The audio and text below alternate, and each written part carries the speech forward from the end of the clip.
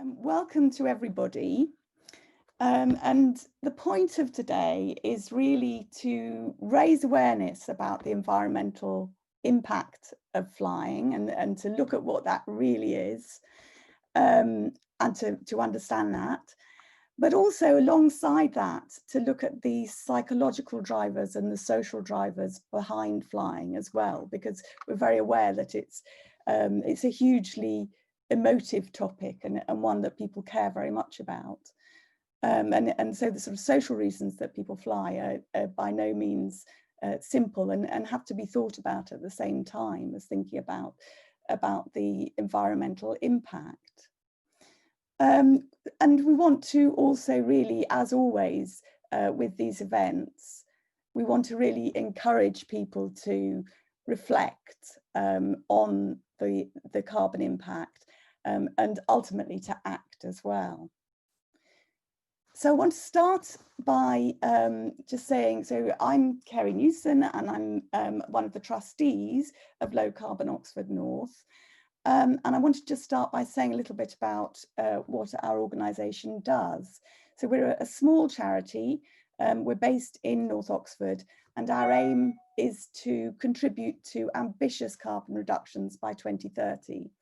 And to do that by really offering practical ideas, information and activities that will help people in North Oxford and beyond to shrink their own personal carbon footprint. And during the pandemic, we've done an awful lot of online meetings where we've really tried to take advantage of the fact that it's possible to invite experts from quite distant places to come along and talk to us about the carbon impact of different kinds of activities. So I just wanted to give you a sort of brief overview of what we're going to be running through today. We're going to start with Sally Cairns talking about the environmental impact of flying and giving us a really crisp overview of many different questions that relate to that. We're then going to have a bit of time for questions and answers. And so that I can put your questions to Sally, could you please, as questions occur to you, if you could put them in the chat, then I'll keep an eye on the chat and make sure that, you know, try and make sure that we put those questions to the speakers, for Rebecca as well. We're then going to move on to a section of the evening that's a workshop looking much more at the psychosocial drivers behind flying, which is going to be run by Rebecca Nestor, one of our trustees. And that will start with a brief breakout session before a presentation. And then the whole session ends at about 9. So I've got a few points of housekeeping as well. First of all, as I say, if you could, we'll keep people muted during the talks, but if you could put your questions in the chat, then that would be great, and we'll keep an eye on that. We are going to be recording the webinar. We won't be recording the workshops, and we'll also, we'll be editing those out if we use the recording later. We'll be saving the chat so that we make sure that we can capture those questions for follow-up. And we'll also be circulating a link to a recording and a summary of the event later on. So if I can begin by introducing Sally. Sally's currently a senior research fellow at the University of Leeds, and she's working on a project which is about long distance travel, which is for the UK Centre for Research into Energy Demand Solutions. And in fact, about 15 years ago, I worked very closely with Sally on a report which was about UK aviation policy. And I remember that report, which also involved incidentally that Brenda was also involved in. I can remember that report was very much driven by a whole series of burning questions that Sally had about aviation and its impact, and that she was incredibly persistent and tenacious in really trying to make sure that all those questions were answered and were so that you could really sort of put against the answers to these questions against each other and get sort of full view of the environmental impact. So when Elcon said that they wanted to do something on flying and aviation's impact, it seemed an absolute no-brainer to ask Sally. So I'll hand over now to Sally. Thanks very much. So first of all, thank you very much to Elcon for the invitation, and thank you to everyone for logging in. It's very nice to have this discussion in these very strange times. And I was asked to talk about the relationship between flying and climate change. And I think the 3 points I want to make really is that I think it is important for climate change. I think we can't afford to go back to pre-pandemic trends. And I think we therefore need to find ways of promoting alternatives. So as an overview, I think it's clear that flying obviously has many advantages. It supports international integration, mutual agreements, trade, and it also brings personal quality of life benefits, holidays, seeing family and friends are things that people very much value. But it does also have these effects on climate change. And the trouble is climate change then has negative effects on those things, from impacts on people's quality of life through to affecting international food production, the well-being of particular countries and so on. So I think that the challenge is both to find ways of reducing the impacts of aviation, and also to the extent it's possible to find ways, alternative ways of achieving the same goals. So I want to start with the really key question. The presentation is in 4 sections, and this first section is about how important is flying for climate change. And the first thing that people who don't think it's important will tell you is that it's only 2.5% of global carbon dioxide emissions. And that's true, but that's only part of the story. First of all, you have to remember that in any given year, something like 85 to 95% of the world's population doesn't usually fly. So that number doesn't really give you any meaningful sort of average per person or even per country. And how you calculate national statistics is complicated, but I think probably the most meaningful thing for the UK is to say that the carbon dioxide generated by its international air travel is probably equal to at least 10% of the carbon dioxide emissions it reports nationally. It's also an area of emissions which are growing fast. For the most recent 5 years of data, carbon dioxide from aviation globally has increased by perhaps 30%. And it also has these other effects from the things it emits other than CO2, which add to its overall climate impacts. And there's debate about how you calculate those, but everybody agrees that they make things worse. The next thing people who don't think it's important will say is, well, if you look at it in terms of kilograms of CO2 per passenger kilometre, car can be worse than the plane. And again, that's true, but it's only part of the story, this little part over here. And what you find is that firstly, if you add in the non-CO2 impacts, then the balance changes. If you look at the emissions from other modes, so from rail, from coach, from Eurostar, which is particularly low because of its electrification, then actually these are much better than car or plane. It's partly to do with vehicle loading. So for example, if the car has 4 people in it for a family holiday, and the plane is emptier than usual, which is likely to be the case after the pandemic, then the balance between those numbers shifts. And finally, and I think most importantly, the total amount of CO2 is of course related to the journey length. And traveling by plane both enables and encourages people to go further. So I think it's probably most meaningful to look at it on an individual flight basis.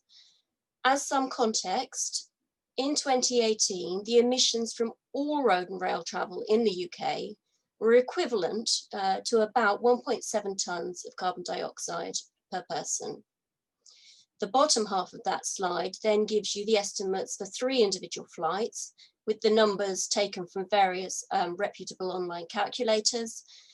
As you can see, there's quite a difference in the numbers, and that's because those calculators make different assumptions about fuel efficiency and about the non-CO2 impacts.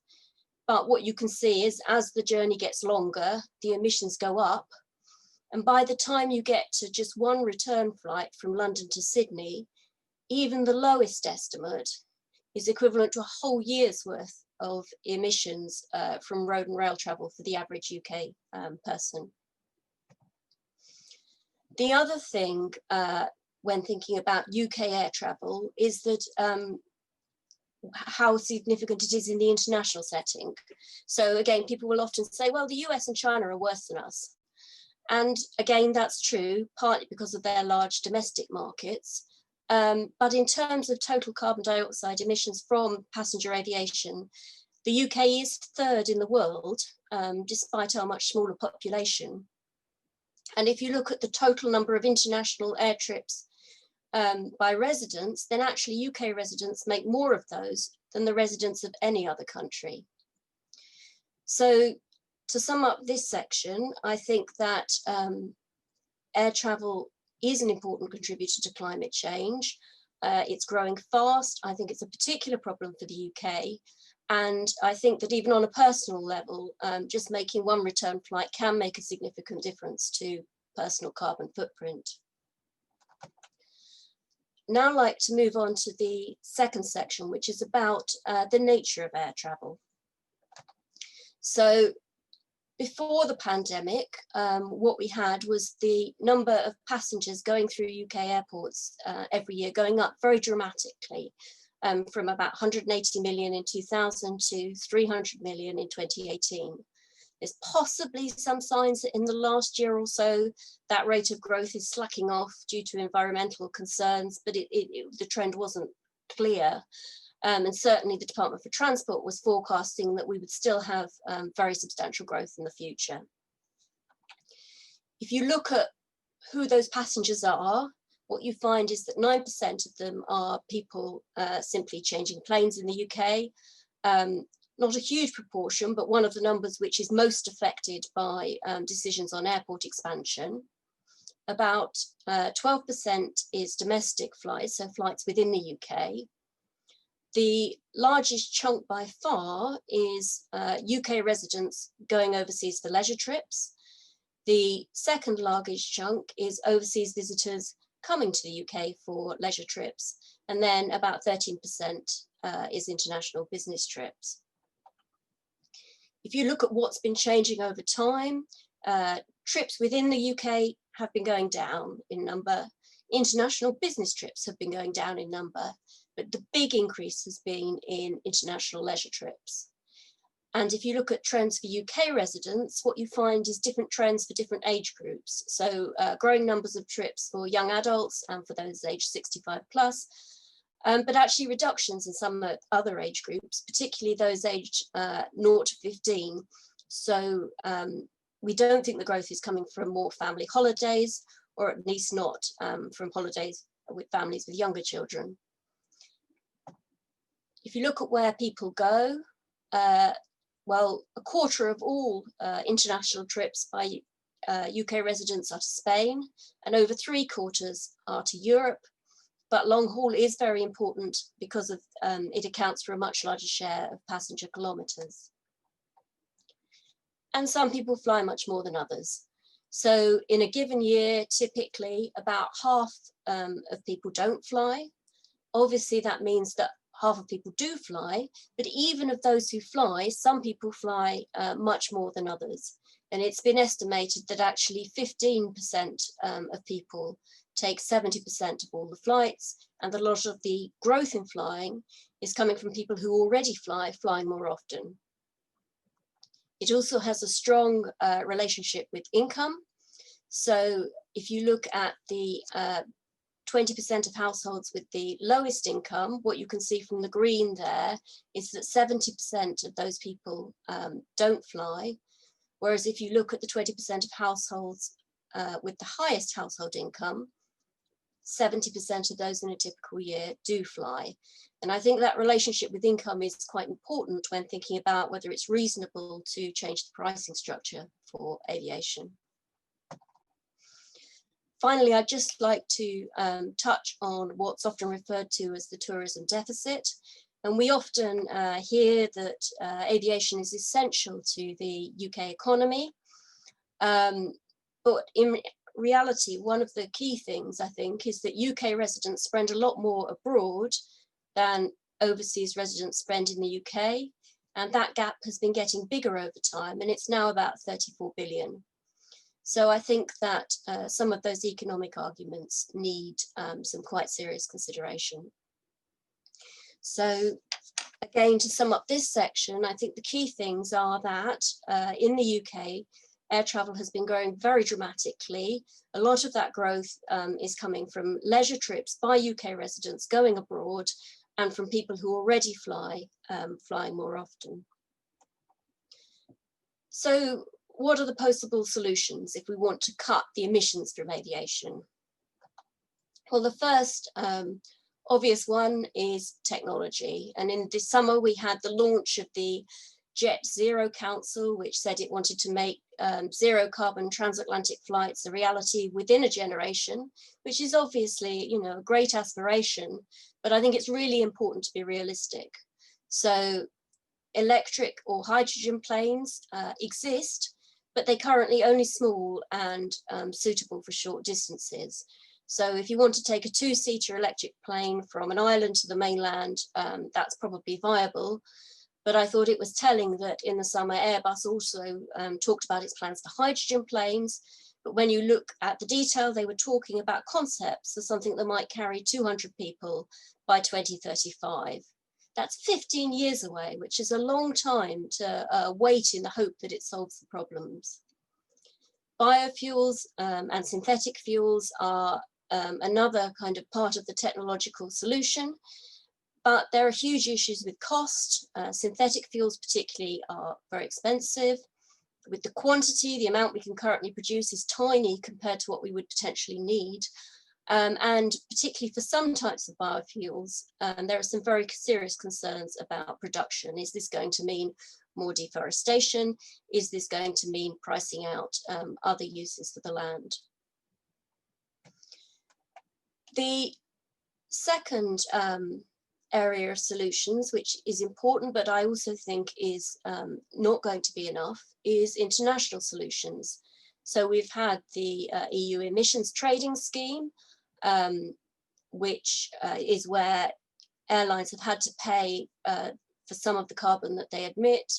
But the trouble is that's only valid till the end of this year anyway.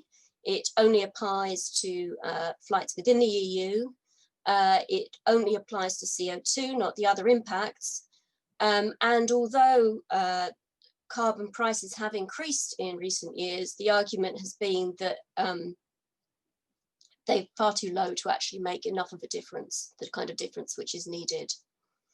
So we now also have another scheme, CORSIA, which is it's a global scheme and it's for international aviation. And that says that once emissions reach 2019 levels, airlines will have to pay for offsets or use CORSIA eligible fuels.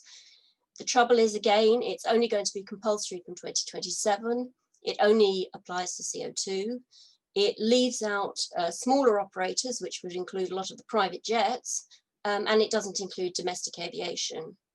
And 2019 levels are still a lot of carbon dioxide, and there are some quite serious concerns around things like the eligible fuels that I've already mentioned. So, well, before I move on, I also just wanted to make a brief comment about the international context, because one of the common points that comes up for discussion is whether the impacts on poorer countries are a reason not to do anything about aviation. And I think the first thing to say is that if we want to leave certain countries out of particular arrangements, then we already have processes for doing that. So in CORSIA, least developed countries, small island developing states and landlocked developing countries are already exempt. And the second is that although aviation may be very important to those countries, it's a very small proportion of total aviation. So in 2018, it was estimated that about half of global international tourism just involved swapping between only 10 countries.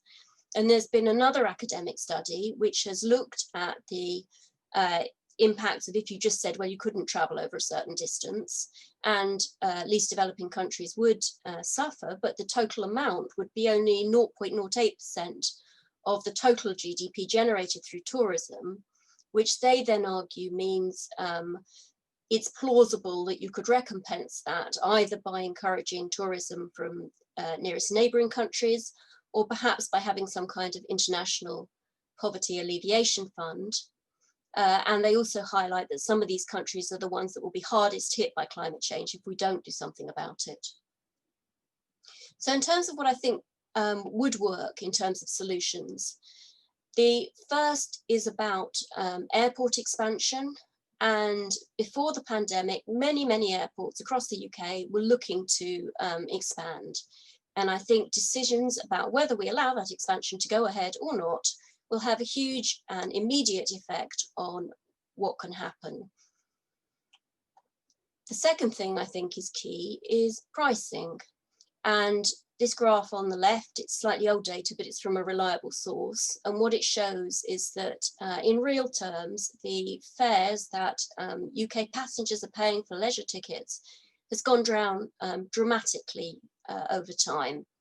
And people talk about cheap prices in a way that they don't really talk about cheap anything else.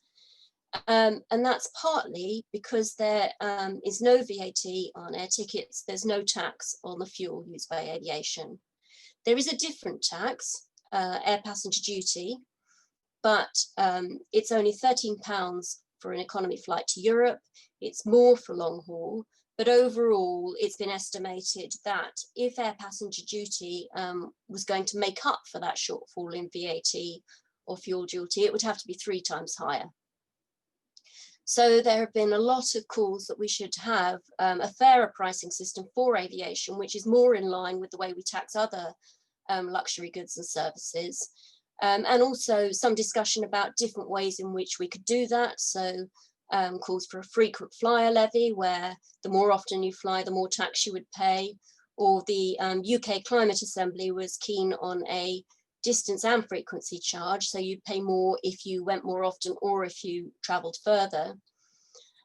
I think the key thing is that any pricing measure which is introduced, if the idea is to manage emissions, one of the effects of that will be to have less growth than you would otherwise have. And I think it's really political acceptance that's needed, that the deliberate effect is to try to manage demand. And partly to set against that, I think that also means that we need support for diversification and alternatives. And I think that means promoting domestic tourism. I think it means support for both virtual and what I've called mixed mode meetings. So virtual, you know, we all know how to use Zoom now and so on, but mixed mode where you might have, say, 2 meeting rooms of people that need to be connected electronically. I think we're less good about that mixture of in-person and virtual. Possibly it means more focus on long distance slow travel, on coaches, on trains, on sleeper trains, maybe special pricing deals, maybe even just being able to book tickets further in advance than you currently can. It may mean encouraging airports to diversify, and I've seen newspaper headlines suggesting they should take on a dual role to also act as meeting hubs or urban well-being centres, or to also provide leisure facilities and so on. And I think it's also about going to be about retraining and redeployment opportunities for aviation staff. And obviously finding jobs is going to be a very big issue for lots of people after the pandemic. But I think it's interesting that the aviation unions have been part of a report arguing that the industry should be more proactively involved in that, perhaps by offering staff more part-time contracts and acting as conduits to appropriate training opportunities alongside that. So to sum up this section, I think that technology and international solutions are very important, but I don't think they'll be enough to make the kind of immediate and large scale change we need. I think the key things we need to do are to limit airport expansion, to put in place a fairer pricing system, and to support diversification and alternatives. So now just to finish with what's actually happened during the pandemic. And firstly, it will be no surprise to anyone that, of course, the big thing has been huge drops in the amount of airline travel. And that's happened globally, and it's also happened in the UK. So, for example, in September, international passenger numbers in the UK were down by over 80%. Domestic passenger numbers were down by over 70%. It's perhaps worth saying that that's still more than 5 million passengers passing through UK airports in September.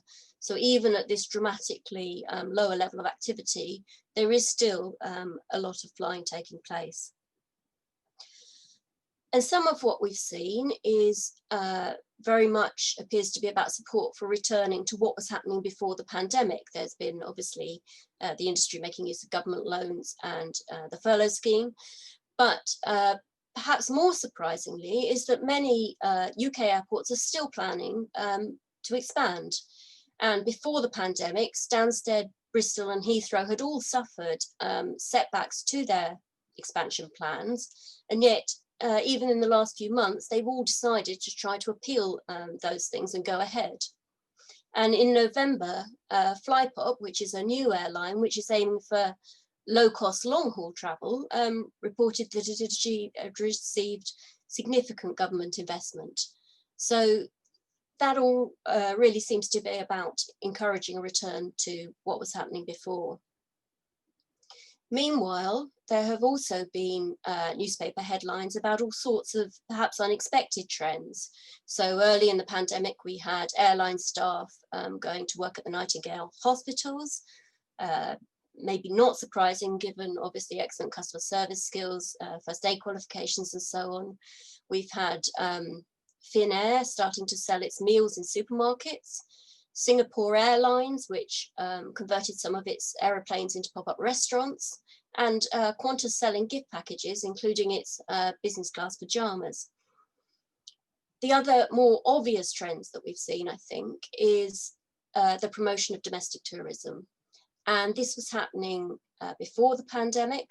So German Rail ran a very successful campaign on this last year, but we've now seen this happening all over the world. So the headlines here are from Vietnam, from Singapore, Zimbabwe, Italy, and they range from marketing campaigns to changes to local VAT rates, to Italy has given holiday accommodation vouchers to people on low incomes. So I think it's interesting to think about what promoting domestic tourism would mean in the UK. And I've put up a picture of Bondi Beach in Australia there, which is obviously beautiful and very aspirational. You know, and maybe it would seem unrealistic to think that we have to encourage people to holiday here instead, except, you know, that we've got some amazing places too. And that's a picture of North Beach in Tenby, but there are many locations I could have used pictures from. And the difference in the travel distance to get to those places is huge. And the associated emissions is also very different. And at this point, I'm sure that some people will be thinking, yes, but we don't have the guaranteed weather. And obviously that's true. Although we also haven't suffered from the extremes of heat wave that parts of Europe have suffered for the last couple of summers. But I think it's interesting that some of the trends identified by the leisure industry as kind of growing areas actually aren't that weather dependent. And I've just picked out a few here, and they include, for example, interest in activities. I've got paddle boarders, I could have had electric mountain bikes, I could have had a climbing wall. There's a growth of TV and film tourism, that's Highclere Castle or Downton Abbey, depending on your preferred name. Particularly amongst younger age groups, this interest in selfie opportunities, and also a growth in multi-generational family holidays, where people want to be able to go on holiday both with their children and their grandparents, and they need accommodation and activities that will suit different age groups. And it seems like all of those are things that the UK potentially can provide.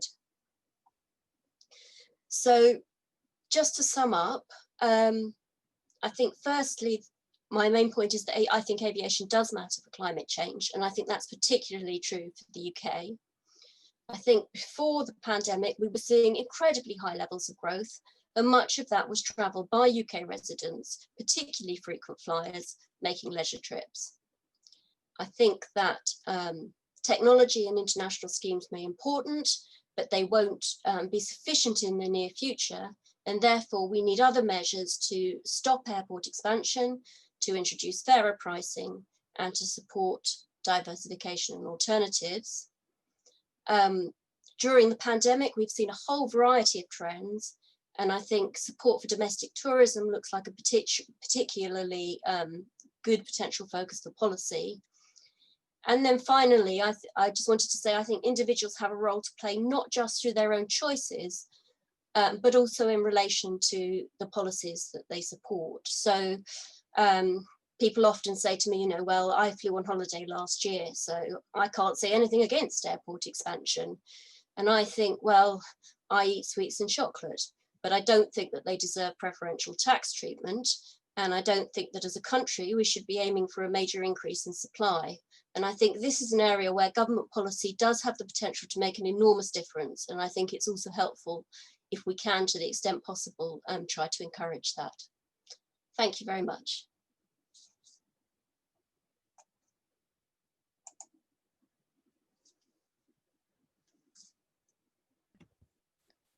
Great. Thanks very much indeed, Sally. It's a really packed presentation, awful lot of food for thought there. We've had some questions in the chat. First of all, yes, it was mentioned that Gillian Annable talks about destination shift. How would you envisage that destination shift, which you've talked about a bit in terms of building up domestic tourism, how might that actually be incentivized, do you think? So I think it's a whole range of different things. I think we're partly talking about relative pricing, which I think has a huge effect on where people choose to go. I mean, I think one of the things about leisure and tourism is that actually people have, it is rare, for holidays, people are quite flexible in where they're interested in going. So I think pricing is one factor. And that's partly through the costs of travel, but it will also be through other factors. So for example, VAT rates on hospitality sector in the UK will have quite a significant effect. I think that we need to look at the ways in which we market destinations, and we've traditionally been keener to market the UK to people abroad than we have to people in this country. I think the more we can encourage, and the other thing I would say is just, I think we've got into the habit of talking down UK holidays. So you can hear two people talking to each other, and one person will say, oh, I went to this amazing foreign location, and the other person will say, well, I only went to this place in the UK. And you think, well, why only? Did you have a nice time? Did you see some great stuff? And if so, it's not only, it was just as worthwhile as a holiday. So I think that we need to really start as well having positive conversations about the sorts of places that we can go to which don't involve flying, and which could be great too. Great, thanks. And there's also a question here from Alice Freeman, who says, last week the Oxford-based scientist called Mike Mason gave a very encouraging and well-received webinar on the potential of building carbon neutral ammonia-fueled planes. I was wondering whether you'd come across this work. Of course, this is future technology, but I believe it's one worth watching. Just whether you generally, it'd be really good to have a sense of whether, I know the government particularly is really looking to technology to solve these problems and to solve them enormously quickly. And I wondered if you could say a bit more about that. So I'm not an expert on all the different technological solutions. I know that there is a lot of, incredible innovation going on with some, incredibly bright people and all the rest of it. But the reality is that going a very long distance at a very high speed is a very intensive, energy intensive activity. And it's a very difficult problem to solve, because kerosene is a very energy dense fuel which provides what's needed. So there could be some great breakthroughs, particularly battery technology is developing all the time, but it seems to me the government has been relying on technology to solve this ever since we did our work 15 years ago, if not before. And so far we haven't had that breakthrough. And I think we have to do something now. And if the breakthrough comes along, great, we can change it. But to just keep hoping that suddenly there'll be some, you know, miraculous thing that hasn't yet become. And the other thing is to remember that planes have very long lifetimes. They have to go through incredibly intense safety checks and so on. So there's a big difference between even conceptually coming up with something that would work and actually turning that into a usable thing, which lots of airlines are using. You know, it's a long process. So great. I wish them all the best. I hope they succeed, but I don't think I don't think we can rely on it to sort climate. You know, climate change is too urgent, I think, to rely on that. Thanks. And Barbara Harris White asks, what are the non-CO2 atmospheric effects of aviation? So I won't try and be comprehensive. There are, as well, when aviation fuel burns, there are various different things that come out the back of the plane. Nitrogen oxides are one of the significant things, and they actually react with various things in the atmosphere, producing different chemicals over different time periods. The other really significant one is the white lines you see in the sky, which is where the passage of the plane causes a trail of ice crystals to form in its wake, and that in turn also has effects on high-level cloud formation. And part of the reason why the non-CO2 effects are difficult to quantify is because they vary, partly depend on when and where the flight takes place. So the amount of fuel burnt is much less reliant on whether the flight is going through cold air or whether it's going in the winter or summer and so on. And they also last for different timescales. And there's obviously, in the climate world as a whole, there's a focus on carbon dioxide, because once it's in the sky, it stays there. You know, you're practically putting permanent insulation around the Earth. Something like contrails have a very intense effect, but they're gone very quickly. Now, obviously, if you fly a plane the next day and the next day and the next day, you're constantly topping it up. But each individual effect is very intense, but then gone. And it's how you account for intense but short-term effects against less intense but longer-term effects that causes all the difficulty with trying to put numbers on it. Thanks. I do remember from the work we did that this was always an incredible puzzle of how you could actually account for it, and that it's surprising how long it's taken for that to become something that's certain. Yes. Sorry, I just say the effects are certain. It's just how to put the number on it that isn't. So it's anyway. But please. Yes. Yes. Another question was about frequent flyer tax, and that if you do have a tax of that sort, would it be likely to be effective if, in fact, most of the flying is done by people on higher incomes? Can I? My question, Kerry, and it was a piece in The Guardian today that said just 1% of the world's population caused half of aviation's carbon emissions in 2018. And it said that the estimate is that the cost of this is climate damage caused by aviation emissions of $100 billion in 2018. So we got 1% of the world flying about 35,000 miles a year each. And the impact is $100 billion to us. So, Sally, what can we do about them? How would you ever be able to limit? I mean, this is people who are doing 3 long-haul flights a year and 1 short-haul flight a month. So the question about how much difference the money a frequent flyer tax would make partly depends on what the rates are set at. So, you know, if the higher, and the idea is that as you fly more often, it becomes increasingly punitive. I don't entirely buy the argument that price makes all the difference, because it makes no difference because everybody who's flying is rich. I think that we have seen that the fact that the prices have come so low has become an incentive to almost not even think about it. And it's certainly become a reason why you feel almost stupid if you choose to take the train instead of the plane, because it costs you 5 times as much. And that's quite hard to justify to family and friends who don't necessarily buy the environmental arguments. So I think partly it would help to rebalance, just changing the cost at all would help to rebalance that. And as long as we, I think, put in measures to make sure that we got rid of these incredibly cheap flights, then that would also act as a deterrent. I don't know that we'll ever get rid of, you know, the super wealthy.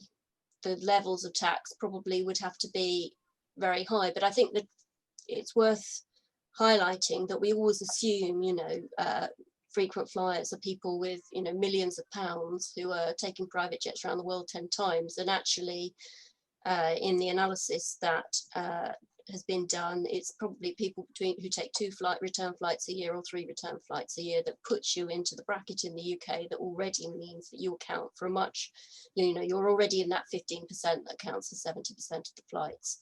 So, and so I think as long as the frequent flyer bans were sufficient, that by the time you got to 2 or 3 flights, you were having to pay quite a lot more, it would have an effect.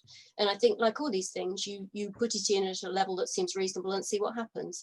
And if it doesn't have much of an effect, then you change it. But I don't think that's the fact that some of the people who would be affected are super wealthy and probably won't change their behaviour. At least let's have the tax money from them to build the flood defences or whatever. And also, of course, a lot of this is just business flying, which I think is going to change as a result of the coronavirus. So, you know, I think people will think twice about the budgets of flying people out to Japan for a 2-hour meeting. I don't think they'll do it in the future. They'll realize that, hey, Zoom isn't that bad.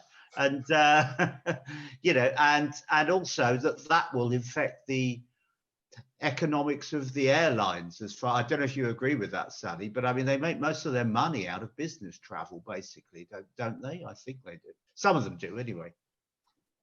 So I'm not too sure, but I think you're right about the fact that business travel will be substantially affected. And it's partly because the staff cost of sending someone for a 2-hour meeting is very high. And so if you have this alternative means, and I think, you know, one of the big benefits of Zoom is that ability to call in people from different parts of the world and to have more people involved in a meeting than you would otherwise have. And so, you know, I'm not saying this is better than a face-to-face meeting, but it is different and it has different pros and cons. And I think that, you know, there will be a reconsideration about whether that's a sensible way forward in the future. Absolutely. We also had a question about offsetting and whether that it was worth thinking about offsetting if you're going to take a flight. If you think a flight is unavoidable, what should you consider to minimise the impact? So it's partly whether it's unavoidable. Yeah. So if a flight is unavoidable, I think the first consideration is, could you make it less often, but and stay longer. So I think, if, you know, for some people, the idea of giving up flying at all will be too much to go with it at this point in time. So, you know, I think generally we need to be thinking that if you do fly, you try and go for as long as possible. The next thing is to go economy class, because the less space you take up on the plane, the less the emissions. And there's some discussion about even, you know, take as little luggage as possible, because the less weight uses less fuel. I'm not sure how much difference that actually does make. And offsetting, I think the sort of received wisdom is probably better than nothing, but don't think that you're just cancelling out the effect of what you've done, because there's a general view that there isn't enough capacity to offset everything in the world that needs offsetting. So it can't be a proper solution. There have been concerns about offsetting schemes over time about whether the offsets are genuinely delivering real reductions that wouldn't have happened anyway. I mean, I think some of the schemes now are a lot more reputable than they were, and so I do think it's better than nothing, but I don't think it's going to be a long-term solution. There's a lot of concern that, you know, we can't think that we can carry on as usual and just offset everything, because there isn't scope. We've also had some questions about who counts as a leisure traveller. So particularly international students was one that was raised. But also if you're migrating to the other side of the world and you're then wanting to visit family, then, you know, would you be considered as a leisure traveller? So what does leisure traveller really mean, I suppose? So the International Passenger Survey is the main source of data on this, and it accounts for people who are making a visit. I think it's of less than 12 months. So if you were going to your new residence in another country, then you wouldn't count in it at all.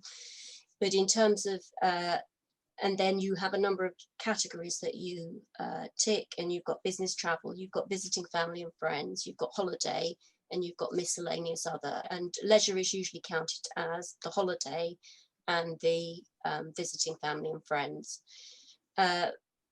Of the total international trips by UK residents, about 66%, 2/3 are holiday, about a quarter are visiting family and friends, and then a bit less than 10% are business.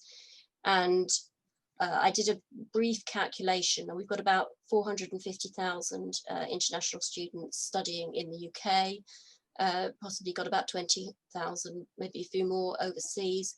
If all of the students, both students coming here and our students going elsewhere, took 3 return flights a year to visit family and friends, it would only account for 1% of flights. So it's quite a small proportion of the total. And leisure includes people going back to visit family and friends, but the biggest chunk of leisure is holidays. Right, thanks. Someone has also suggested perhaps there could be a discount on tax for people with children or parents in a place too far to reach by plane if only one journey is made per year. I don't know if you've got any thoughts on that, Sally, on sort of discounts and allowances. So I think that it depends on, the whole concept of a frequent flyer levy is that the first flight is considerably cheaper than the second flight you make per year and so on. So you would arguably, the first flight is to some extent, I mean, there's a whole debate about whether you make the first flight free, whether you make it the same level of tax as now, whether you make it more tax, and different people would be at different points on the spectrum. But that idea that one flight a year should incur less tax than other additional journeys is already kind of built into that. In terms of whether particular people should receive particular concessions, I think that that's an interesting discussion to have. What do we consider important? I mean, I think international students are one category that we might consider are deserving of particular tax breaks or whatever for various reasons. But I think the thing is that we haven't had any political acceptance that we need to limit flying. And until we have that, we can't have a proper discussion about who should we limit it for and in what ways. And I think it's important because people fly for all sorts of different reasons. And the study that Brenda quoted is by someone called Stefan Gosling from Sweden, who's also done work where he's talked to young people who make frequent flights and asked them to rate how important they consider their flights to be. And they think some of the flights they were making were really important to them. Some of them, you know, were quite discretionary. They don't consider them to have been particularly important. And so we know that within aviation, we have this whole spectrum of reasons why people travel. And it's sometimes they're bored and they fancy a city break. And sometimes it's a kind of life and death situation to see a dying relative. But I think that until we have a political acceptance that we need to limit it, then we can get into the discussions about on what basis and for whom for, and in what situation would we have exceptions. And I think that is an important discussion to have. So a question that follows on from that is, how do we best influence airport expansion and government policy more generally? So it's difficult to know how to best influence government policy. There's an organisation called Flight Free UK, where you can make an individual pledge not to fly. And obviously the more people who do that, the more that sends a signal that it's a socially acceptable thing to think. There are various very good charities that work in this space. The Aviation Environment Federation is very good. Airport Watch is very good, and particularly for information. So they're ones to either follow or join or whatever. I think most airports around the UK have a local group opposing them, so that it's probably possible, if it's the airport in your local area, to look at that. And other than that, it would be the usual things of just talking to people generally to see if there's a, you know, to the extent that politicians feel it's become socially acceptable to say airport expansion is not a good idea, the more that becomes something that's acceptable to say, the more chance there is that that's the support it will get. And I mean, I think it was very telling that Bristol turned down Bristol airport expansion, Stansted councillors turned down Stansted expansion. You know, it has become that is partly the result of local action. Great, thanks very much, Sally. I think it's interesting that we seem to have segued gradually into more psychological territory with this, partly in terms of what's politically acceptable, but also in terms of the value that people place on flights and what should be allowed, really, or you know, what should be taxed and what shouldn't be taxed, and how do we treat that. I just wondered, are there any final questions for Sally that people have that aren't in the chat? Additional questions?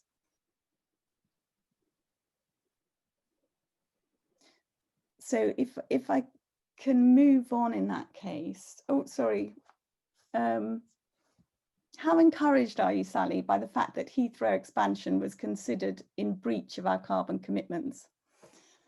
Very encouraged. I mean, it's gone to appeal, and the appeal was held in October, so we'll see what the decision on that is, because that will be key. I think, you know, we need international aviation brought into our national climate change acts and process. You know, the whole of the pandemic, you know, the reason why the international aviation is not in those international agreements is because they said, you know, we're not a national industry, we're an international industry, and we should be regulated by an international body. And then, you know, along comes the pandemic and suddenly all the support is nationally based. So I think the argument that they somehow operate separate from the national arena needs to be quite seriously questioned. And I think, you know, it would be really helpful to now make them just part of the stuff that we regularly report on and are required to do something about. Thanks very much. We'll move on now to the more psychological aspect of flying.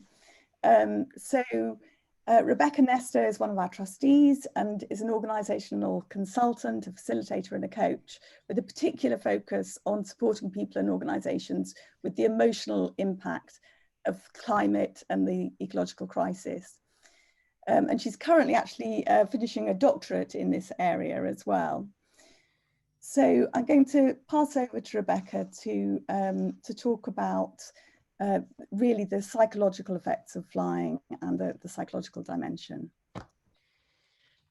Thank you very much, Kerry, and thank you hugely to Sally. I was just completely fascinated by your talk and so many questions that I think mean that other people have been quite engaged as well. So I'm just going to share my screen to start my session. What I'm proposing that we do in this half an hour is that in the first few minutes we'll look at what encourages or discourages change for us personally, and that'll be in a breakout setting. And I'm going to set that up and give you a bit of some prompts for thinking about in a moment. And then when you come back, we'll look at, I'll have more of a presentation, and we'll look at some of the social psychology around flying. So I was really interested in Sally's talk, and I found myself really beginning to think about the different aspects of the kind of drivers around flying and the things that I could do or couldn't do personally and more in my immediate family and my circle of friends in relation to employment and politically. And so what I'd encourage you to do is to just begin to think about that in advance of going into the breakouts, because the invitation will be in the breakout rooms to in small groups, have a think together about one scenario where perhaps one of your group members is looking to make some kind of change in relation to flying, and it might be personal, it might be social, it might be political, or it might be something that's not on this list. It's whatever has come up for you while you've been listening to Sally. What has she inspired you to start thinking of doing? And take that into the breakout groups. And what I'm going to do in the breakout groups is offer you a structure that you can use to do that thinking together. It's called a force field analysis, and you may well have come across it, and I'm going to show you an example now that relates to flying. And I have adapted this example from Rosemary Randall's brilliant book, In Time for Tomorrow, which is about the psychosocial aspects of how we can reduce our carbon footprints. So imagine a young woman, Manju, who is considering cutting down the short breaks that she takes by air. So, you know, her trips to Barcelona and similar places. And she's doing a list of the driving forces that are pushing her to make that change, and the restraining forces that are making it harder for her to make the change. And so I'm not going to go through them all, but I think you can see the idea. So on the left-hand side, you've got the driving forces. On the right-hand side, you have the restraining forces. Her driving forces include her environmental concerns. She wants to lower her personal carbon footprint, and she is worried about climate change. But you can see that those arrows are not very big, because those are slightly weaker forces. She is concerned, but she maybe doesn't feel very powerful about climate change, and she isn't sure how much impact she has. So they're not very strong forces. A stronger force is her personal feelings about how awful airports are, and wouldn't it be nice to be not doing that so often. And perhaps also her sense that of if she was traveling by train or coach, she would see other countries on the way. And then she also has a relatively strong driver, which is around her knowledge that some of her friends are worried about climate change too. And so there is the beginning perhaps of a social shift, that she wouldn't be the only one. On the other hand, some of her other friends would think she was an idiot, and she would feel kind of different and excluded. And those are very strong social forces when you combine them. And probably the biggest restraining force is the economic. Trains are much more expensive. So how would she handle that? I think the economic is really important, but she's also concerned about her personal safety and comfort and pleasure. So she worries about it being cold going on holiday in the UK.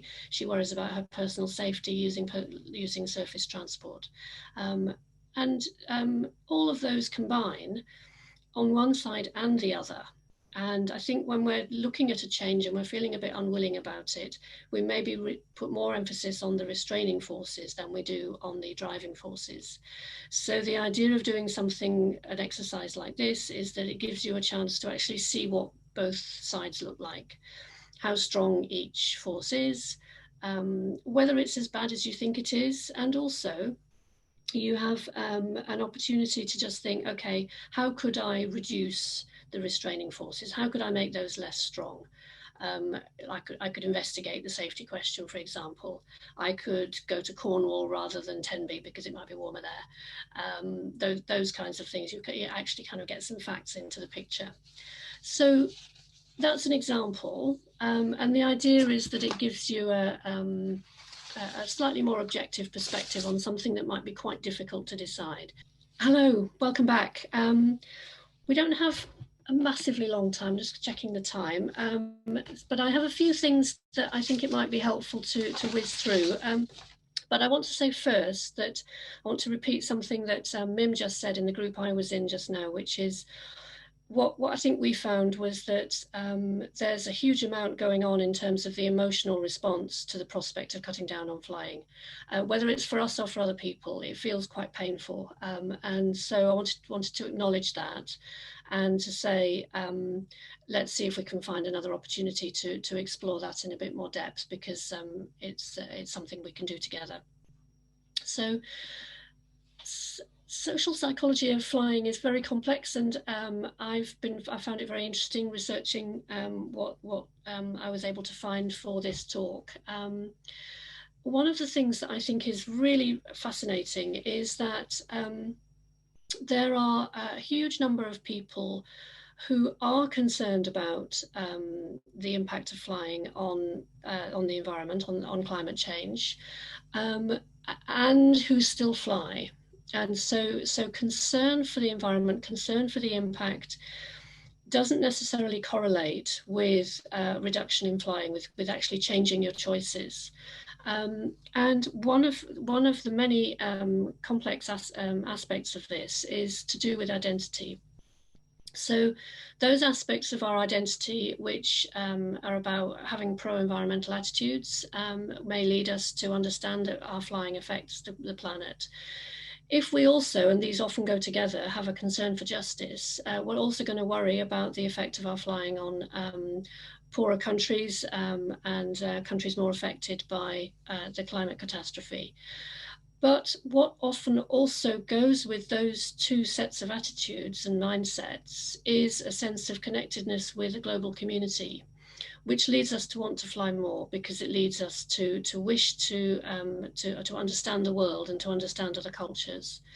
And this is I think well known in the social science field looking into this. And there's a recent study which I'm referencing here, which is putting some numbers to that. I won't go into the detail of it because we don't have time, but I think that's an interesting new article that I'd recommend you have a look at. The other aspect of this paradox is that we all have psychological defenses against this very distressing dilemma. One set of defenses would be to say, well, I'm going to go anyway, the plane's flying anyway, my flight not going to make much difference, all of those sorts of responses. But another kind of psychological defense might be to say, I will never fly again. Really, that's good environmentally, but perhaps it's a slightly defended response against this painful dilemma, against trying to push the distress away. I know that's something that I struggle with, that I often say I'm never going to fly again, because I can't bear the kind of sitting with the uncertainty of can I manage this flight, and the sort of internal negotiations that go on. So that's one aspect of this. Another aspect, of course, about flying is what we were talking about in my group, which is about love. Many of us have got loved ones far away, and it's very tough to imagine that we might never see them again. And there's a lot of pain in that separation. But there are also other kind of related aspects about flying, which are to do with status, not necessarily in the sense of I'm a big important person, but just the kind of social status you have. So if you don't fly, it might be assumed that you're poor, because flying is something that it was previously associated with high status, high income, and Sally was telling us that it certainly does associate in that way. But it might also be assumed that you're a kind of puritanical environmentalist, and so there's a kind of being put into a particular box of identity which may not be comfortable for us, and so we might just kind of go with the flow, because we don't want to be put outside that that social identity. And then just in this very simple way, we talk about travel a lot. We certainly did before COVID, and of course it's been one of the things that's been so weird about COVID is that we haven't been able to talk about traveling because we haven't been doing any, and it just makes social bonding really easy, because conversations flow in familiar tracks, and we know what is going to be said, and we make connections with people through this. So losing the ease of that by saying I don't fly, or I'm cutting down my flying, is very difficult, and it makes the belonging part much harder, I think. And then a third aspect of it is to do with the sense that we need to do something, and we deserve the freedom to do something, and the choice that we are that we're making is not really a choice, but a requirement. I need that holiday. I work so hard. That conference about climate change I'm going to is really, really important. I know it's bad for the environment, but I must go. And I think there are some figures to show that climate scientists fly more than other scientists. And so what I would encourage us all to do is to spend time acknowledging the grief and the loss from giving up or cutting down flying, whether or not it's to do with losing contact with people we love, whether it's more to do with, you know, losing the status, losing the sense of freedom, losing what we have grown up with. If we can spend time exploring those feelings, actually that may help us to be able to see what we need and what we just desire. And to be able to make the small steps that will help us to cope if and when we get to the point of being required to stop or to cut down dramatically. And do I have time for, I probably don't. I'm just going to show you one last thing to reassure us all. The social norms are changing. People are cutting down on flying. Public support for change has risen since COVID. And we know that our examples help others. There's a lot of research on this now. It's particularly centered in the CAST Center, which this quotation comes from. So we don't have to be despairing about this. We just need to say, we just need to talk about it, and we need to step forward as examples in the knowledge that that will help others. I'm going to stop there. We've got like a minute and a half. Excuse my cat. I'm just going to mute myself and let him out.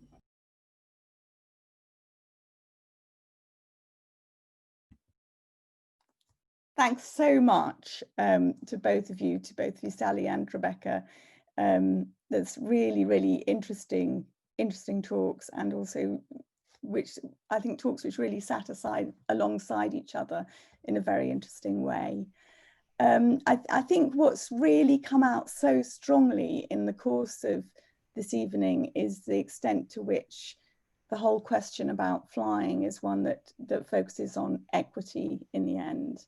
And of all the things that were discussed, it was interesting that, you know, the things that really sort of sear into your mind is the inequality of flying and the fact that 15% of people take 70% of the flights, and the study today which said that 1% of people globally cause half of global aviation emissions. And that seems to have been something that you know, we've all really very much focused on, you know, alongside those other sorts of solutions such as supporting domestic tourism, demand management, restricting airport expansion that Sally was putting forward.